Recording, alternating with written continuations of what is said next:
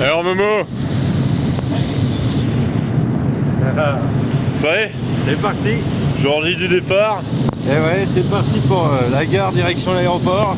Aïe aïe aïe. C'est une belle journée pour aller skier, moi je trouve. Ouais, il reste que ça, que le reste nous attend déjà à l'aéroport.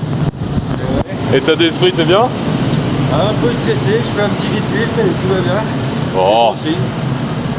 Ouais, pareil, un peu stressé, hein. Mais ça va, on est pas mal. Là où nous partons, c'est un endroit de rêve. Un lieu sur Terre où l'homme n'habite presque pas. Une contrée hostile, bravée par le froid et les vents du nord. Une terre de légende, aux confins du cercle polaire arctique, où quelques grands noms d'explorateurs ont osé s'aventurer, le deuxième plus grand glacier du monde derrière l'Antarctique. L'Inland 6 du Groenland.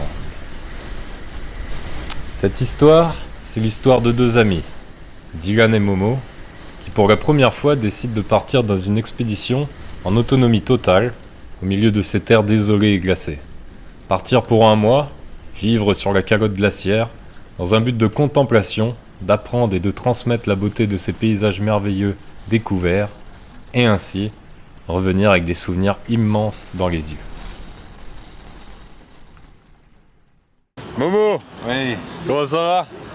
Bah écoute, on y est là. Je crois qu'on n'a jamais été aussi proche de prendre l'avion là, mon père. Aéroport de Genève, heure -3. C'est ça, embarquement dans 1 heure. C'est quand même 6 bagages de 20 kg et un 7ème bagage et puis 2 bagages à main. Donc ça nous fait combien de kilos? C'est plus de 150 kg quoi. Ouais, 160 à peu près. Bon, on est pas mal quoi. Bon bah voilà. T'es prêt? Je suis prêt. Air Greenland, le voici prêt. Allez, plus qu'à décoller. La régalade. La régalade. Frérot, ça va? Ça va. Un peu dormi, pas beaucoup. Il y a eu au Groenland, mon frère. au Groenland. Ça y est.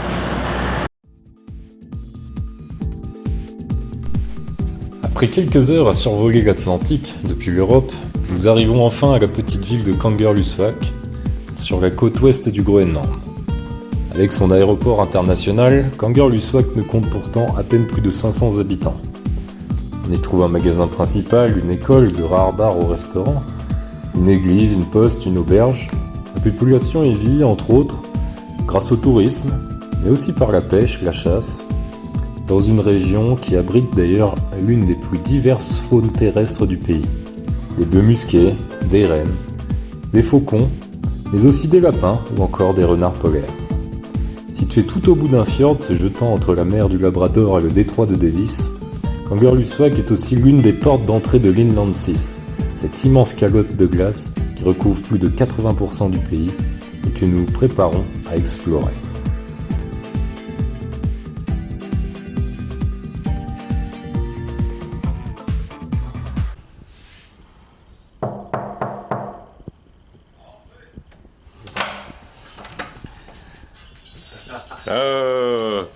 Alors, comment il va celui-ci? Bah ça va et toi? Bah écoute, j'ai entendu dire que ça se barrait sur la banquise. On est en train de faire les petits bouquins. Les deux sont là, il va falloir ranger tout. Regardez, il manque pas de bouffe. Là, j'ai un petit kilo. 40 jours de ration pour le soir. 40 jours de ration pour le matin.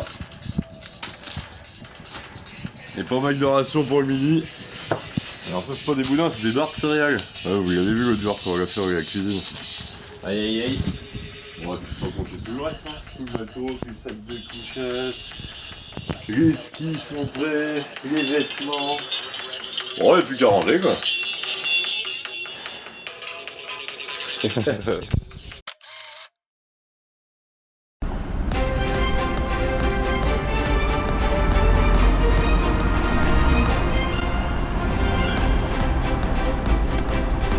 Là, on est en train de faire les 39 km pour aller à la calotte avec la voiture. Et après, c'est parti mon kiki.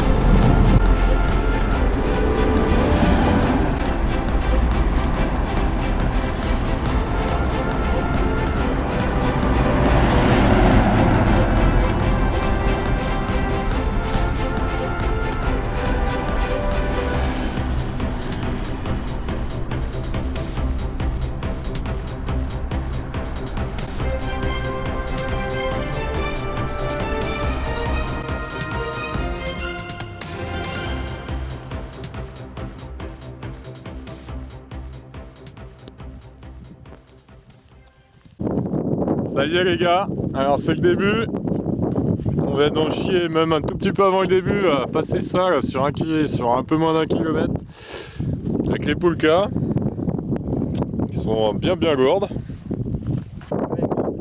Regardez, il y a un petit soleil qui a accompagné notre départ. Allez, il n'y a plus qu'à. C'est parti. Après tant de mois de préparation, nous arrivons enfin sur ce qui nous fait rêver depuis tant de jours. Ce qui va être maintenant notre quotidien, notre maison pour les semaines à venir. Cette immense et épaisse couche de glace à perte de vue qui recouvre presque l'ensemble des terres du Groenland.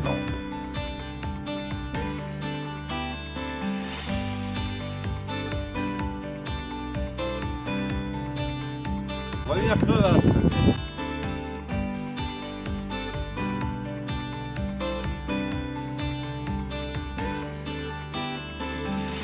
L'Inland 6, c'est environ 1 710 000 km², soit en comparaison un peu plus de 3 fois la surface de la France métropolitaine. Avec une épaisseur moyenne de 2100 mètres, allant même jusqu'à plus de 3000 mètres par endroit, cela en fait la deuxième plus grande masse de glace sur Terre, après l'Inland 6 de l'Antarctique.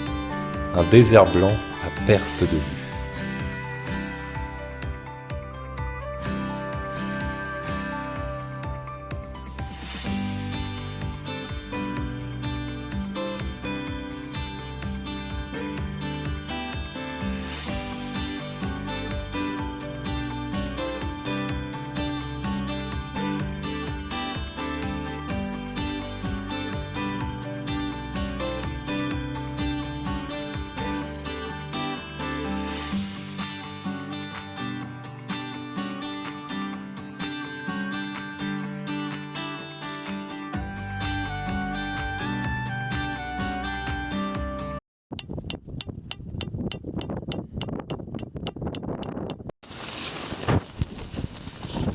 Qu'est-ce que t'es en train de faire, Momo?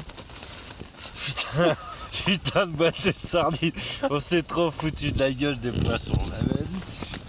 Il y avait de la sardine partout dans le fond de la poulka. Eh ben, ça y est, première journée passée, on est dans un champ de crevasses. On est vraiment au pays de la crevasse, là, c'est miné de crevasses. Bon, c'est magnifique, hein, c'est d'un bleu glacial, c'est magnifique avec des petites rivières qui passent au fond là. C'est époustouflant, il n'y a pas de mots pour décrire ça. Du coup là on a bivouaqué, un peu de vent. Bon, après l'épisode de l'huile des sardines, il y a le vent qui a bouffé les sardines aussi. Du coup on m'amène les sardines, on en aura mangé ce soir. Et puis voilà, Dylan, qu'est-ce que t'en dis toi? Bah moi ça va impeccable en vrai, la petite soupe a fait tellement du bien là. Non, la journée elle était incroyable. Franchement, ouais. On a chié un tout petit peu au début en partant et tout, mais... Heureusement que Daniel nous a aidés. Ouais, c'était quand même cool qu'il nous monte un peu les poucas, au moins sur cette petite montagne. Franchement, merci. Mais après c'est assez incroyable, totalement. Il n'y a pas de mots. Parce que on est quand même sur un glacier qui est inimaginablement gigantesque, c'est un truc de malade. Et bam, il y a des crevasses monumentales, mais on les voit, enfin... C'est assez intéressant, on peut quand même appréhender. Et comme tu disais tout à l'heure, on y va un peu... Enfin... Bon, on y va sereinement, on y va franchement... C'est ça, quand tu as un doute avec les poulkas, bah bam, on regarde à pied, jeu encordé, sans les poulkas, on essaie de trouver la meilleure voie possible pour pas se mettre en danger et puis... Et ça c'est vachement bien, et franchement. que tout se passe bien. Bon, voilà. Et bah, sur ce... Allez, Allez, bonne soirée. Ciao. Après une première nuit plutôt pluvieuse, nous nous réveillons dans un décor de glace bien humide et sous un temps bien gris. Le bivouac rangé dans nos poulkas, nous reprenons la route vers l'est, qui pour le moment sera notre seul itinéraire à suivre, dans un paysage accidenté de collines de glace et de rivières se succédant les unes aux autres.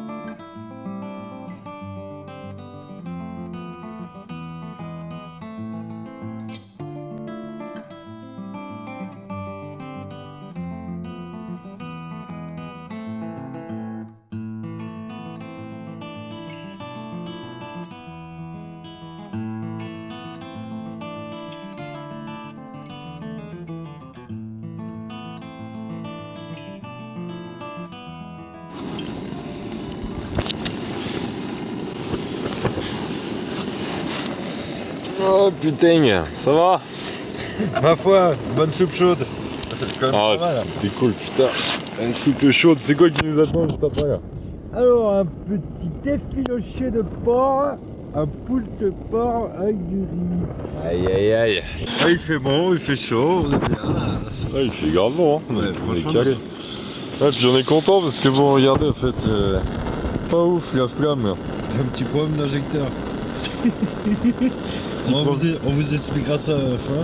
Ouais, exactement, quand on sera serein. En effet, pour cette expédition, les péripéties dès le début avaient déjà commencé. Au moment de ranger toutes les affaires et de finaliser les poulkas, nous nous rendons compte qu'il nous manque une partie du gicleur à fioul sur notre réchaud. Ce dernier qui est censé nous assurer la garantie de pouvoir faire fondre la neige ou la glace afin de nous procurer de l'eau liquide, et par la même occasion de manger chaud dans ces contrées froides et inhospitalières.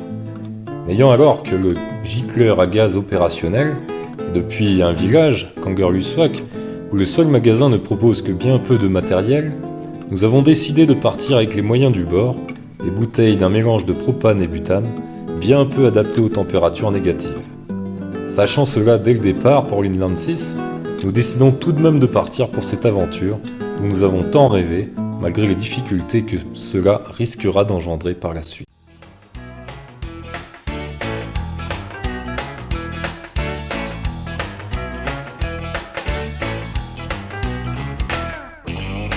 Réveil ce matin, gros glissard comme Jaja.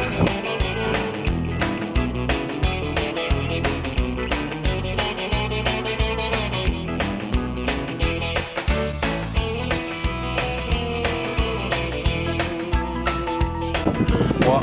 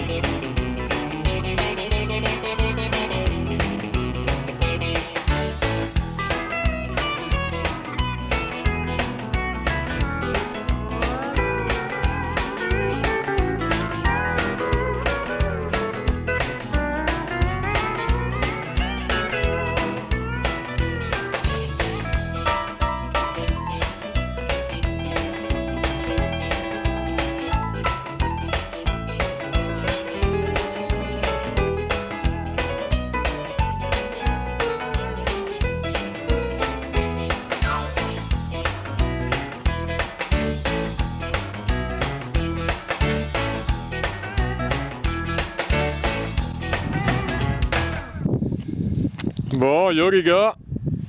Ouais, cinquième jour. Cinquième jour, on est au pays des crevasses, là, comme vous avez vu. Il n'y a pas de voie. Il n'y a pas de voie safe pour pouvoir passer, il n'y a que des ponts de neige. Il y a Dylan qui a trempé son pied tout à l'heure. Bah, c'est hyper dangereux, mais par exemple, bon lui, ouais, une petite preuve, genre, tu vois, tu marches. Bon, le ciel est pas vraiment profond, mais voilà, ça c'est caché sous la neige, ce genre de lieu, tu vois, hein, c'est la même chose. Du coup, on est un peu obligé de rebrousser chemin. Du coup, ouais, on va essayer de reprendre la trace qu'on avait, qu'on a depuis 3 heures là, donc c'est un peu relou, mais Et on est obligé d'être extrêmement vigilant, savoir quelle voie on va prendre. Puis en plus, on voit le soleil qui commence à bien descendre là. Du coup, en espérant que le stress va pas trop monter, tout ça, mais ouais, sensation assez bizarre. Pas très destructible. c'est hardcore. C'est vraiment hardcore, tu vois. On était parti limite avec les skis, mais ah oui, et puis mieux que ça aussi, on a cassé nos crampons, non, parce que tant qu'à faire, Momo il a son crampon et il y a le fil dessous qui est fait avec un vieux nœud. C'est l'acier qui a pété. Moi, mon crampon, j'en ai carrément plus sur le pied droit parce qu'il s'est brisé. On va essayer d'être hyper attentif, mais On va se mettre dans une zone safe et puis on voit après. exactement.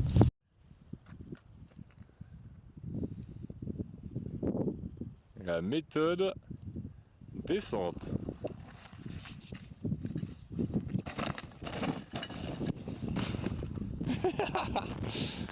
C'est comme ça que ça marche. Bon Dylan, alors cette journée du 5e jour. Journée du 5e jour, un truc un peu incroyable. Ça commence tranquille. On avait même cru qu'on battrait des records de distance. Il y avait un putain de beau soleil, on part à 9h, on se lève à 6h, on est hyper rapide le matin. Et puis bam, au bout d'une heure, on arrive sur un champ de crevasses. Et franchement, franchement impressionnant quoi.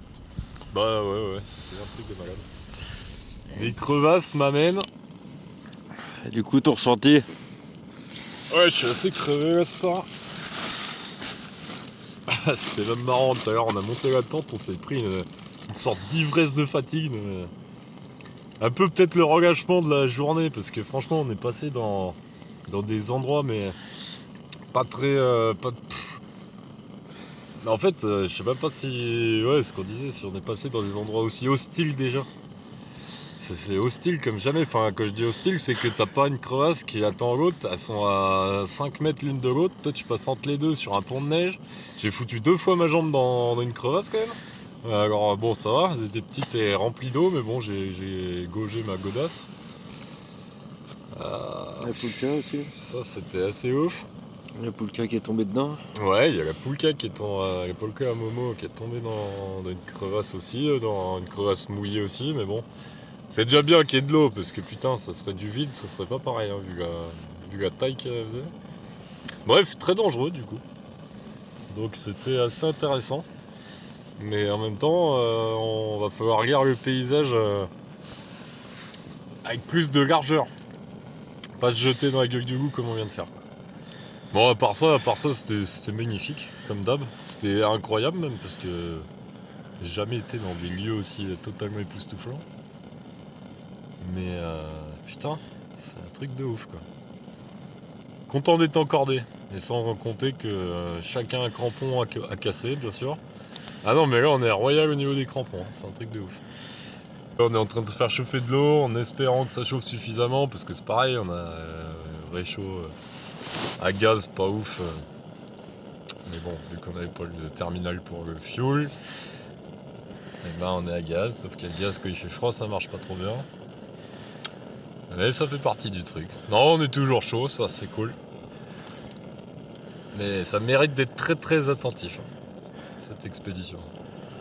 Très intéressant dans l'apprentissage de soi-même et de son attention aussi. Quand tu perds de l'attention, parce que t'es fatigué, ben c'est là qu'il faut pas faire de conneries.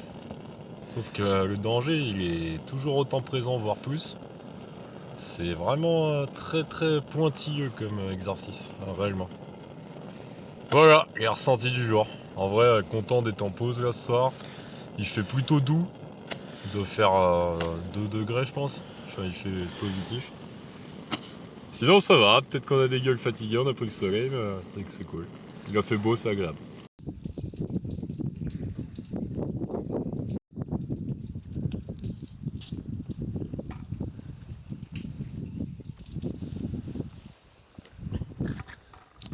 Oh du coup, comment il n'y a toujours pas de neige, c'est la merde. Comment il y a encore des crevasses à perte de vue. Du coup, il nous reste de quoi tenir 20, quasiment un petit mois au niveau vivre, mais par rapport à la distance parcourue, déjà de base, et ce qu'on voit, ce qu'il nous reste à faire, rien que pour atteindre le plateau, puisque là on est quoi, à peine on est à 1000 mètres d'altitude en gros, il faut qu'on arrive à 2500 mètres pour arriver sur le plateau. Du coup c'est et là il y a que des crevasses, donc tant qu'il n'y a pas une tempête de neige là, qui peut arriver miraculeusement en nous déposant 2-3 mètres de sale puff de ouf, et là qu'on va pouvoir chausser les pots et puis andiamo quoi. Mais Il fait beau, il fait positif. Mais il y a... Bref, les chaussures sont détrempées, on fait que passer dans des rivières, les crampons arrêtent pas de se casser. On les a réparés plusieurs fois chacun. Les bâtons commencent à faire la gueule. Donc on va se faire plaisir, on va boucler, retourner au point comment 660 au point de départ de la calotte. On va boucler pour après aller se balader sur le fjord. Exactement. Pour profiter quand même le délire quoi. C'est pas parce que voilà, on reviendra une autre fois où il y aura de la neige, donc je pense que ce sera fin d'hiver. Plutôt en fin d'hiver plutôt qu'en fin d'été. Parce que c'est vrai que stratégiquement là, on n'a peut-être pas été au meilleur niveau de la saison, parce que finalement c'est là que tu as le moins d'enneigement possible en septembre. Du coup c'est quasiment impossible. Enfin du moins c'est pas que c'est impossible, mais il faudrait des vrais crampons, des vraies godasses de marche. Et on est en godasse de trek, on comptait faire du ski, sauf que le ski c'est pas avant des jours et des jours et des jours. Et les crampons sont déjà foutus au bout d'une semaine. Comme dit Momo, on va faire une boucle au lieu de faire le truc prévu. Mais on rentre pas direct non plus, là ça fait 7 jours qu'on est parti. On va essayer de faire encore bien presque 15 jours, histoire de faire un bon truc d'une vingtaine de jours sur le glacier. Donc vu que c'est que spécialement de la glace, on va essayer de regarder un peu les crevasses, continuer à se faire kiffer, ça c'est cool. Et puis comme ça nous laissera une autre vingtaine de jours derrière pour kiffer plus le bord de mer, les fjords, vers Sisimiut, etc. Donc totalement kiffer le Groenland parce que quand même c'est assez extraordinaire.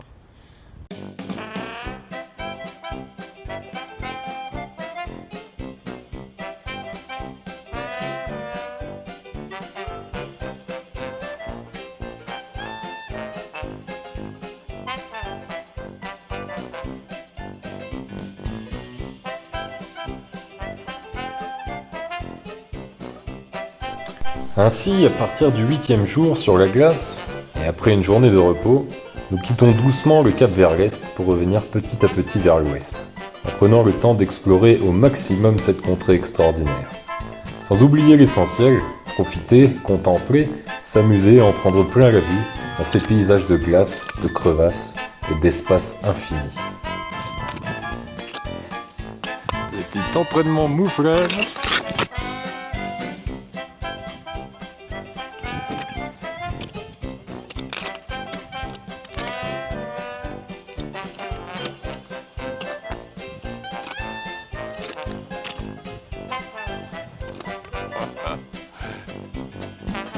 Entraînement du mouflage.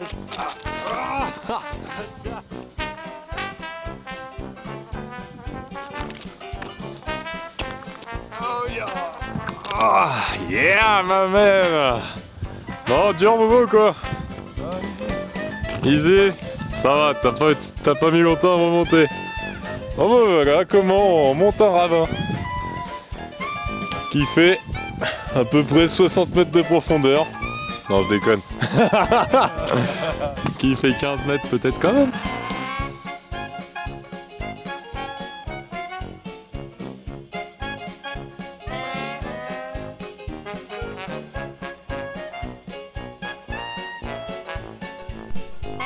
Chaque nouvelle journée au cœur de l'Inland 6 nous rajoute son lot de surprises, d'émotions et de merveilles. Nous découvrons des paysages à couper le souffle à chaque instant. Des méandres liquides s'infiltrant dans les murailles de glace, solides comme le roc, des nuances de mille blancs et bleus glaciaires, dénotées par moments de poussière noire venue d'un autre âge. Des vallées et des collines, se succédant les unes aux autres, jusqu'à ce que la vue ne se perde là où le ciel et la glace ne forment plus qu'un sur l'horizon.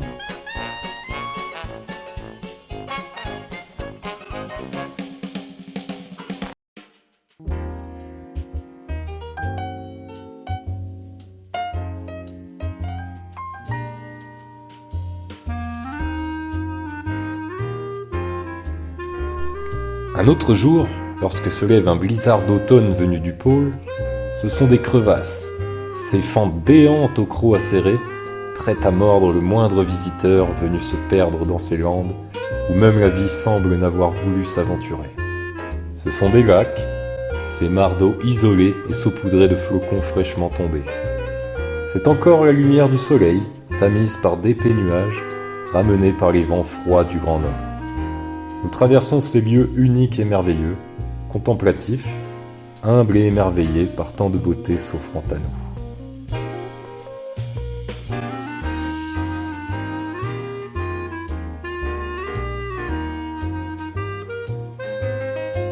De bon matin que tu veux mettre tes chaussures et que tu veux faire tes lacets.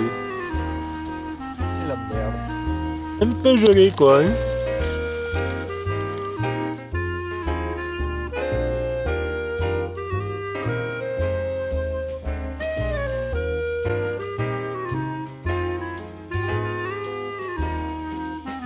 Alors Momo, Alors, toujours la mornifonnée, bonjour.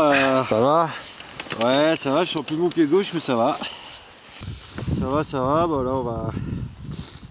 On va essayer de réchauffer les doigts d'yep. Ils sont bien engourdis comme d'habitude à cause des chaussures trempées. Il faisait moins 10 aujourd'hui à peu près. Là il fait quand même bien plus chaud là, il fait moins 5. D'ailleurs on a vu une espèce d'arc-en-ciel un peu blanc, c'était stylé. Ah, pas mal. Avec Belle journée, il a fait beau. de neige. Ouais c'était cool. Bon voilà quoi, ça va bien. Michto cacahuète. Peut-être qu'on aura des aurores. On a eu des aurores l'autre soir, c'était vraiment de la bombe. Et ça serait cool si on avait d'autres ce soir. Ouais, Des plus grosses. avec des pieds chauds, ça sera encore mieux. Ouais, et puis on va essayer de les faire revenir à leur vie pour l'instant. Voilà. Bon allez, à plus tard.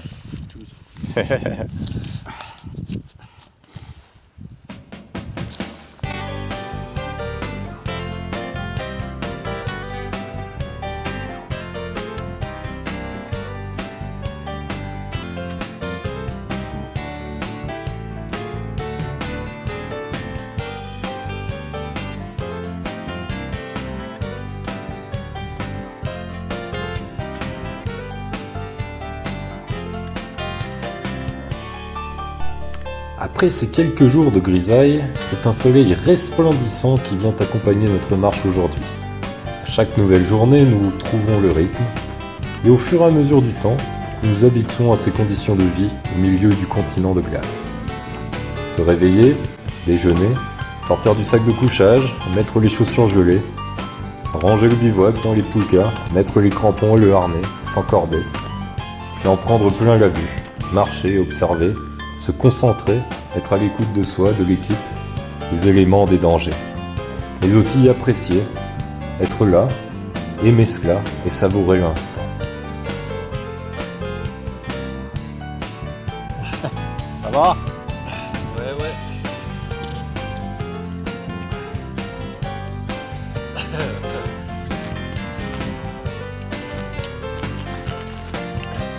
T'es en train de fumer là, ma gueule. Ouais, je suis en train de fumer. En train de faire la pause déjeuner.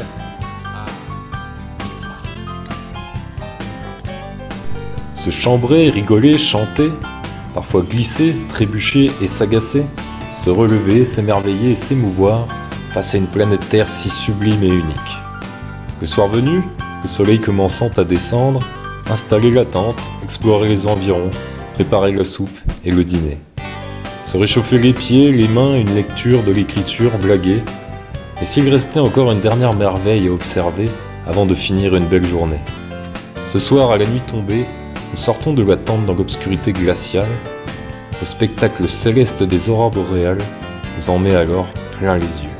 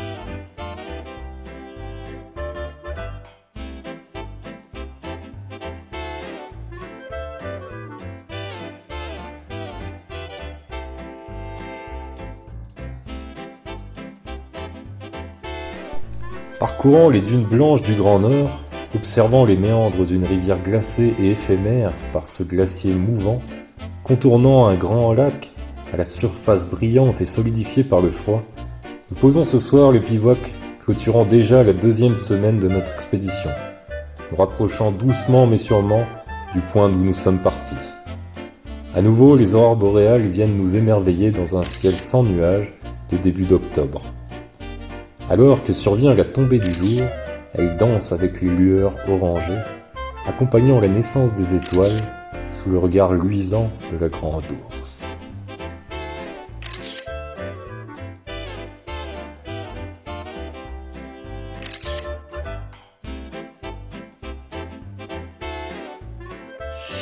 Alors Momo, Ouais, ça va?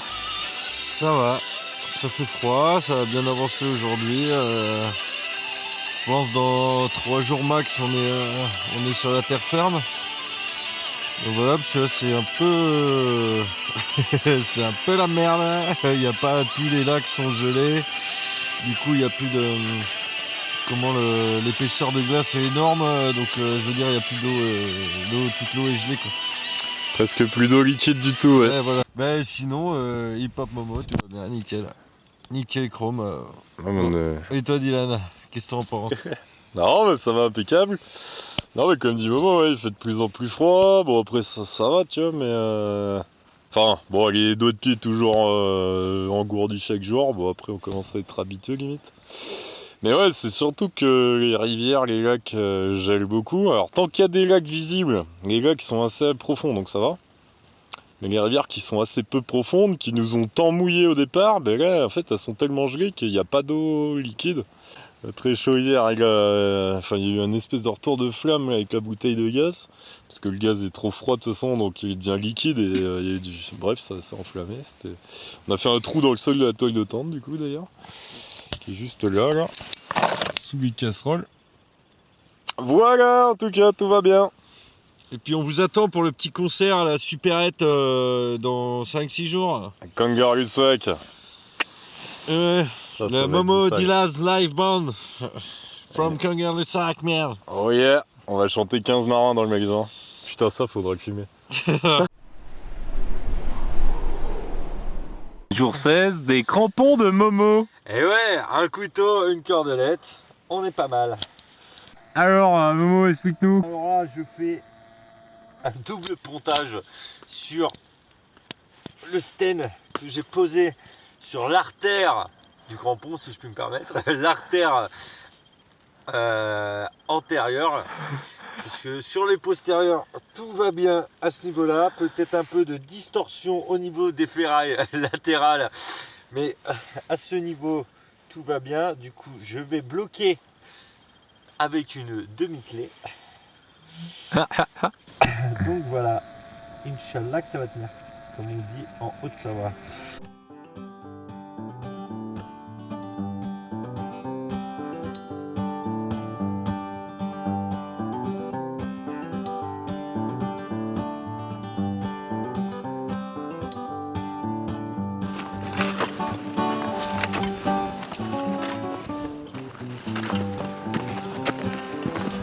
En train d'avancer dans les petits méandres de glace.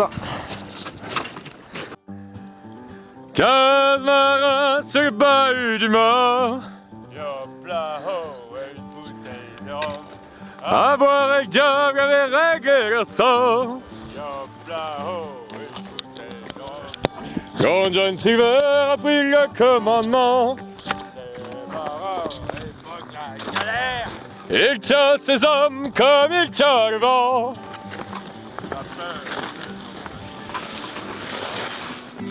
Quinze marins sur le bahut du mort.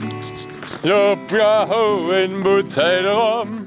À boire avec diable et régler le sang. Y'a Piaho et une bouteille de rhum.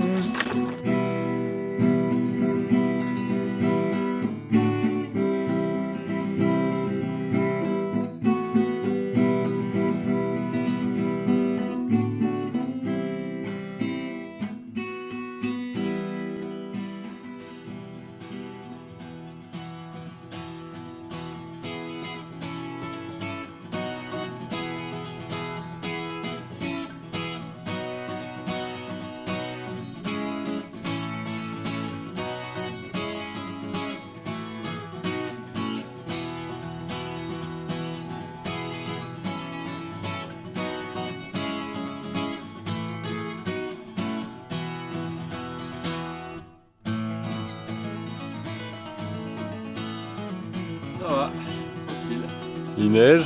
Bientôt fouiller la terre ferme.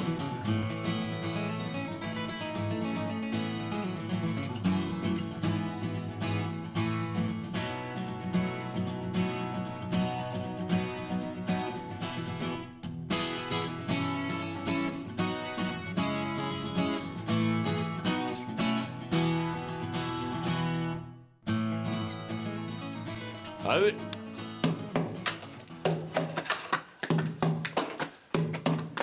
Buddy, you're a boy, make a big noise, play it in the street, gonna be my someday. You got mud on your face, a big disgrace, so kicking your cannon over the place. We will rock you. We will rock you. Buddy, you're a young man, Haman, da-da-da-da-da. Oh, my someday goat. Brah!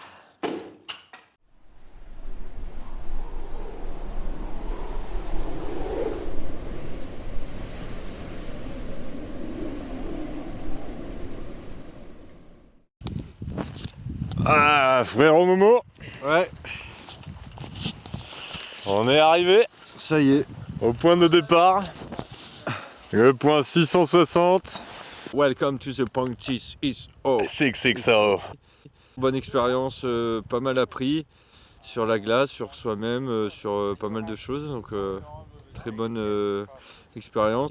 L'expérience a été incroyable, franchement, dans ce désert blanc là, c'était vraiment beau. C'était assez exceptionnel, c'était franchement exceptionnel de découvrir énormément de choses, ouais, comme tu dis, sur soi-même, sur le lieu, sur les glaciers, vivre sur la glace, monter, descendre, traverser des rivières. Quand la neige arrive, les accroches différentes, les crevasses aussi, enfin tout ce qui se cache en fait sous ce glacier là, qu'on n'aurait peut-être pas vu ou qu'on verra peut-être pas quand on reviendra finalement, quand il y aura 5-6 mètres de neige en plus au printemps. Tout ça pour dire que c'était incroyable. En vrai c'était génial quoi. Ouais, c'était cool. Avec une bonne équipe. Moustache. Voilà. Gracias.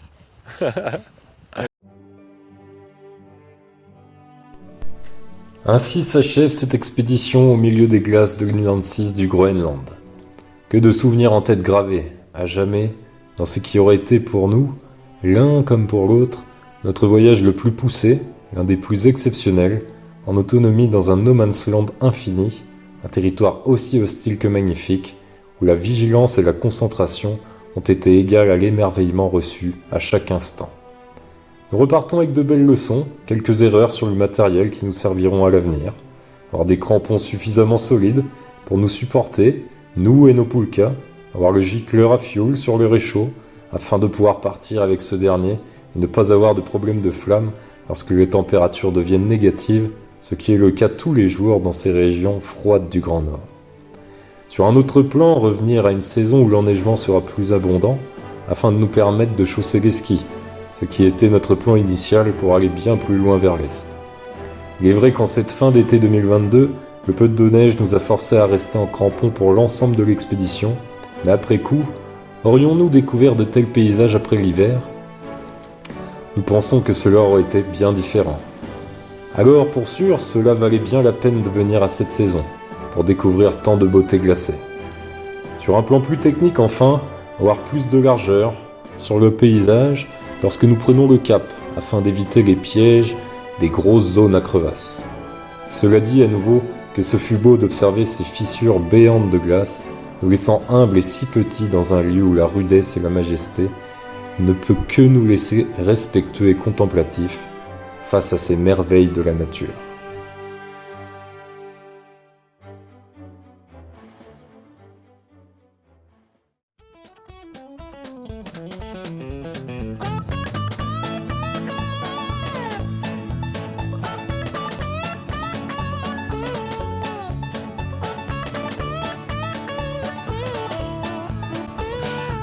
Bon, il y a une rivière et qu'il n'y a pas le choix.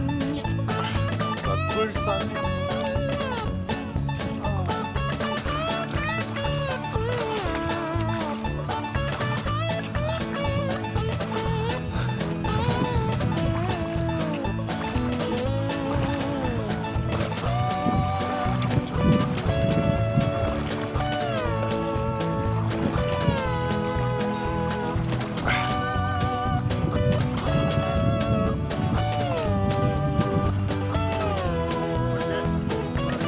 maison de Momo.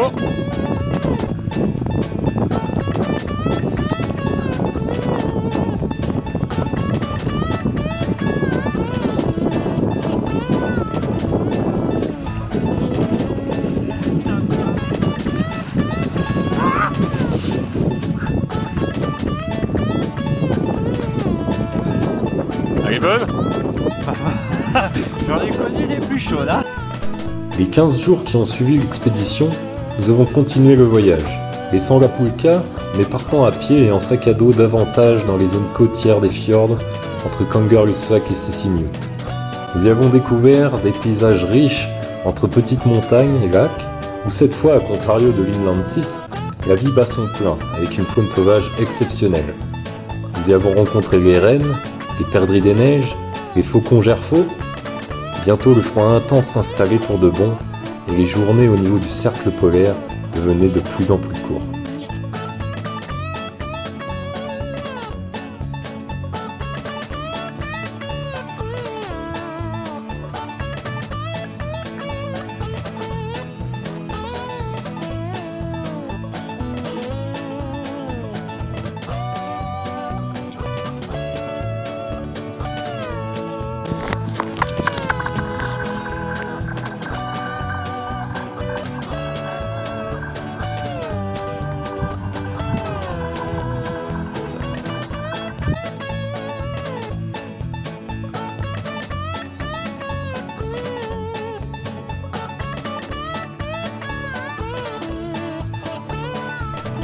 Après un peu plus d'un mois dans ce pays dont nous avons tant rêvé, alors que bientôt déjà, l'heure de repartir approchait, une seule question nous restait alors en tête.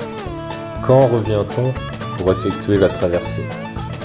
L'un des prochains printemps, cela est déjà acté. Il nous reste encore un joli bout de chemin à faire dans ces contrées uniques et merveilleuses. Alors à toi, Groenland, terre de glace et de froid, nous espérons te revoir bientôt. Merci pour tout ce que tu nous as apporté. Tu restes à jamais gravé dans nos cœurs. Hâte de te retrouver, de repartir pour la suite des aventures. On se reverra.